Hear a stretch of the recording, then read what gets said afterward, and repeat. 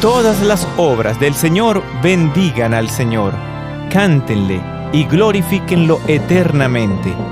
Damos inicio a una nueva edición del podcast Un Canto Nuevo para el Señor, con la Fundación de Músicos Católicos Funda Música. Hola hermanos, bienvenidos a una nueva edición de Un Canto Nuevo para el Señor, el podcast de la Fundación de Músicos Católicos. El tema que hoy vamos a tratar está relacionado con el episodio 3 de nuestros podcasts, donde conversábamos sobre las condiciones, las recomendaciones al momento de seleccionar un canto litúrgico. Hoy vamos a estar hablando sobre las cualidades de la música sagrada, y en ese sentido, pues está bastante ligado para esa elección del canto apropiado para la liturgia, el tener muy presente cuáles son esas cualidades. Mejor aún, ¿dónde están plasmadas esas cualidades? Y para ello pues nos vamos a referir al magisterio de la Iglesia. El texto que vamos nosotros a emplear es un tema de 1903, y no por la fecha deja de tener la vigencia que tiene, porque este documento de hecho es tan importante que muchos de los puntos tratados en la Constitución Sacrosanctum Concilium del Vaticano II, el Concilio Vaticano II, están fundamentados en este texto titulado Trale Solecitudini, publicado por San Pío X, Papa, en 1903, y es un motu proprio que habla sobre la música sagrada. Vamos específicamente a leer, ¿sí?, 2 puntos de este documento para contextualizar un poco todo lo que hoy deseamos compartir. Entonces, en ese sentido, les voy a leer de los principios generales el numeral 1 y el numeral 2, que dice así. Numeral 1. Como parte integrante de la liturgia solemne, la música sagrada tiende a su mismo fin, el cual consiste en la gloria de Dios y la santificación y edificación de los fieles. La música contribuye a aumentar el decoro y esplendor de las solemnidades religiosas. Y así como su oficio principal consiste en revestir de adecuadas melodías el texto litúrgico que se propone a la consideración de los fieles, de igual manera, su propio fin consiste en añadir más eficacia al texto mismo, para que por tal medio se excite más la devoción de los fieles y se preparen mejor a recibir los frutos de la gracia propios de la celebración de los sagrados misterios. El numeral 2, por su parte, que es el que vamos nosotros a profundizar, dice lo siguiente. Por consiguiente, la música sagrada debe tener en grado eminente las cualidades propias de la liturgia.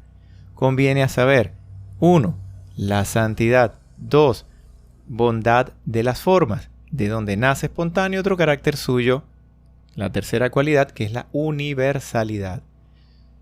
Debe ser santa, dice el documento, y por lo tanto excluir todo lo profano, y no solo en sí misma, sino en el modo con que la interpreten los mismos cantantes. Voy a hacer una primera pausa aquí.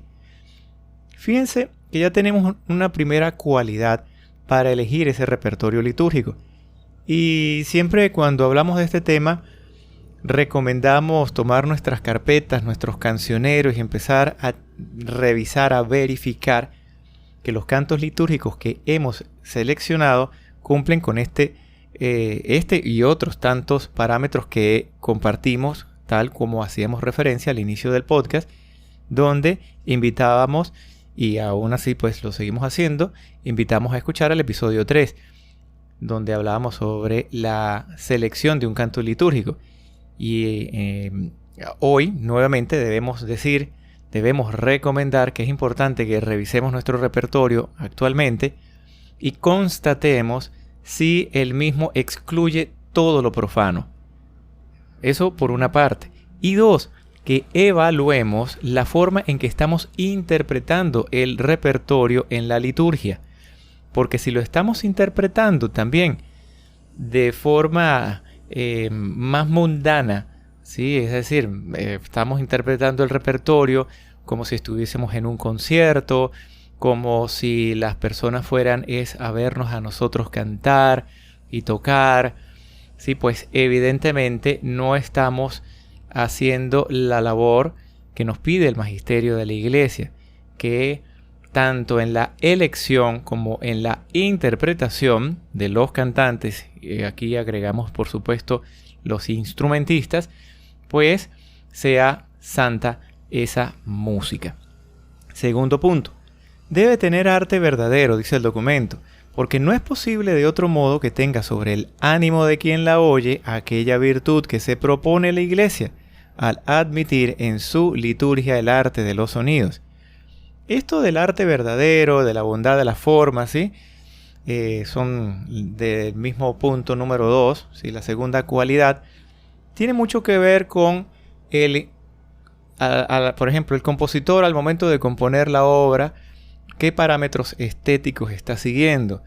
¿Realmente es arte lo que está haciendo o está haciendo algo allí como por probar? Realmente no tiene ni idea de cómo componer. Quizás está cometiendo errores de ritmo, errores melódicos, errores armónicos. Sí, esta bondad de las formas, este arte verdadero tiene que ver evidentemente con un plano subjetivo, estético, y en este sentido podemos hablar durante mucho tiempo si se quisiera, porque es lógico que para algunas personas un tipo de música es arte verdadero y otro tipo de música no lo es, pero para otro grupo sí es considerado como arte. Y acá entonces lo que debemos de alguna manera tener en cuenta para poder saldar de alguna forma la situación y saber elegir es lo que dice el documento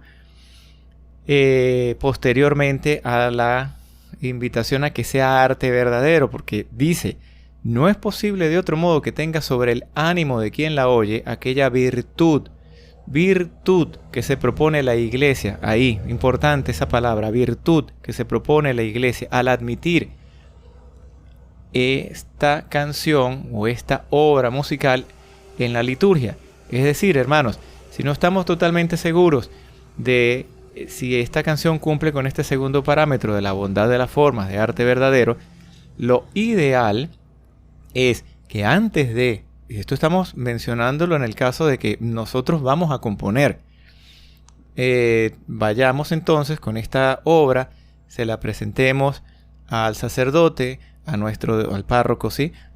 O también a un director espiritual, la compartamos con nuestros hermanos músicos para que nos den ellos su opinión si realmente esta obra, como lo menciona el documento, anima a quien la oye a la virtud que la Iglesia pues se ha propuesto al admitir la música en la liturgia. Porque si cuando mostremos la obra, la persona lo que hace es decir: oye, yo de verdad no entiendo la canción, esto no tiene ni pies ni cabezas, perdóname que te lo diga, pero tengo que ser sincero porque me estás pidiendo mi opinión.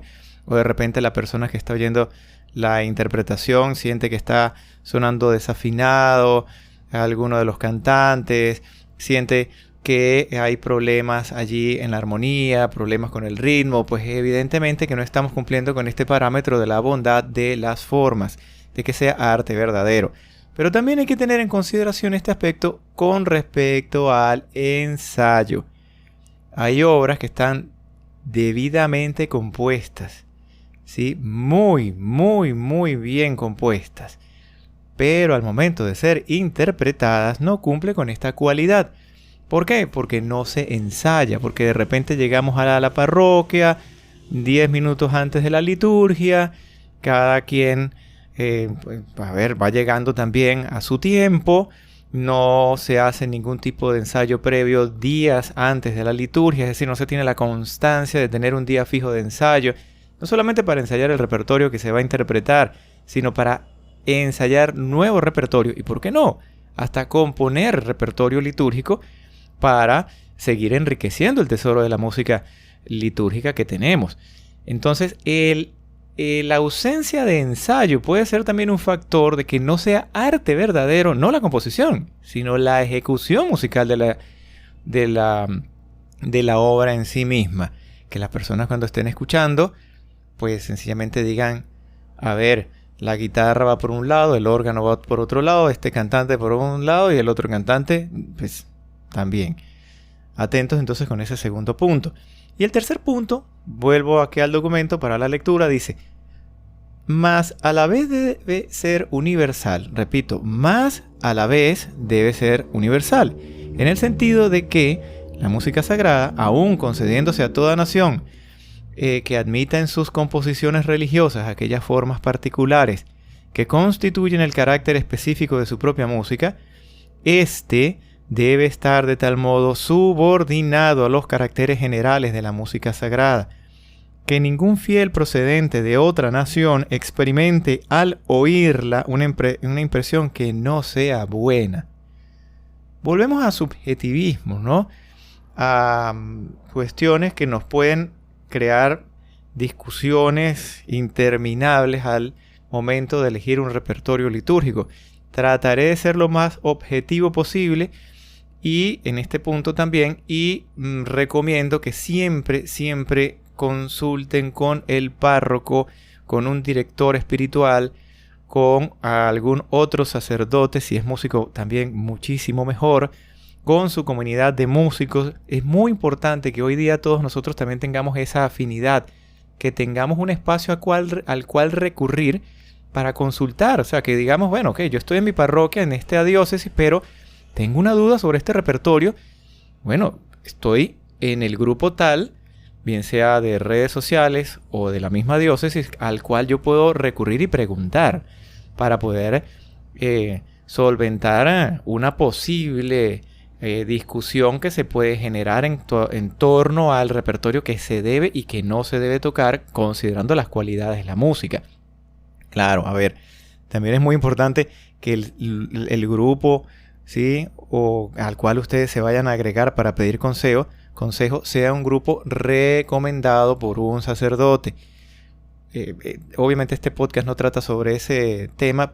Creo oportuno que lo vinculemos a un posterior episodio, pero simplemente quiero decir lo siguiente. Hay muchos grupos que están surgiendo hoy día a través de redes sociales que no necesariamente están calificados para hacer las recomendaciones debidas, y antes que ayudar lo que están es confundiendo, y ello se debe a que pues estos grupos tienen de pronto muy buena voluntad de ayudar, pero no tienen la formación previa que pueden haber recibido de manos de un sacerdote. Entonces yo lo que recomiendo es que el grupo en el cual vayan a ingresar, primero, fundamental, que lo haya recomendado un sacerdote. Mejor aún si lo ha aprobado el obispo en su correspondiente diócesis. Eso es muy importante, ese respaldo. Por ahora no me extiendo más para no salirme del tema. Vamos con este punto de lo universal. En cuanto a lo universal, es necesario tener en consideración un aspecto. Aquí nos está diciendo a nosotros que esta música sagrada, ¿sí?, no genere en ningún fiel procedente de otra nación, de otro país, ¿sí?, una impresión que no sea buena. Es también importante destacar lo siguiente. Se está aprobando que se emplee la música, propia de nuestras naciones en la liturgia. Estamos hablando del género musical. Esto no significa, porque se ha prestado para errores al momento del repertorio litúrgico. Como se cree que se puede interpretar música de nuestra nación, ¿sí?, música tradicional de nuestra nación, sea la nación que sea, cada quien se vincula con su país de procedencia. A algunos hermanos, de pronto también por buena fe, le da por interpretar obras tradicionales o folclore de ese país en un canto de comunión, en un canto de entrada, y eso no es lo que quiere el documento. ¿Por qué? No tiene sentido si yo voy al canto de comunión, ¿sí? Como fiel. Ahora soy un simple fiel que participa en la Eucaristía y voy a comulgar y de repente lo que estoy escuchando musicalmente no me permite a mí hacer oración, acercarme más a Dios, ¿verdad? En el momento de la comunión. ¿Por qué? Porque primero el texto no menciona para nada ni siquiera aspectos relativos a la liturgia y mucho menos tan importante como en ese caso de la comunión sería el hablar y cantar a Jesús, el hablar de Jesús y cantar a Jesús, ¿sí? Ha sucedido, ¿sí? Que se interpretan cantos que son, sí, tradicionales de un pueblo, pero en ningún momento son cantos litúrgicos. Entonces hay que tener muy en cuenta eso. Cuando hablamos de la universalidad no es como que, bueno, vamos a hacer nosotros con ese permiso que nos dieron, vamos a incluir este repertorio. Otro punto muy importante también es el siguiente. No debemos exagerar al momento de la selección de los cantos litúrgicos en obras que por muy tradicionales y muy folclóricas están allí solamente como para que sirvan de exposición cultural desde el ámbito musical. Esto lo hemos visto en diversas eucaristías que a veces se transmiten a través de los medios de comunicación de otros países. Eucaristías que son de pronto por, qué sé yo, por alguna actividad en particular, son de tal nivel que hasta el Papa ha participado, ¿sí? Y se exagera mucho en lo que tiene que ver con este permiso, ¿ok? Y más que sentirme en la liturgia, esto le puede pasar a cualquier fiel, esto es a lo que se refiere el documento, ¿sí? Más que sentirme en una liturgia, me siento en un concierto tradicional de música de tal país. Ok, que dirá, que si menciona el texto sagrado en algún momento, ¿no? Para aquellos cantos que tienen obligatoriamente que interpretar un texto sin modificación alguna, pero no propicia en el fiel ese momento que desea la liturgia, ¿verdad? Que busca, como lo decíamos en el numeral anterior, que busca la iglesia, esa virtud que se propone la iglesia al admitir la música en la liturgia.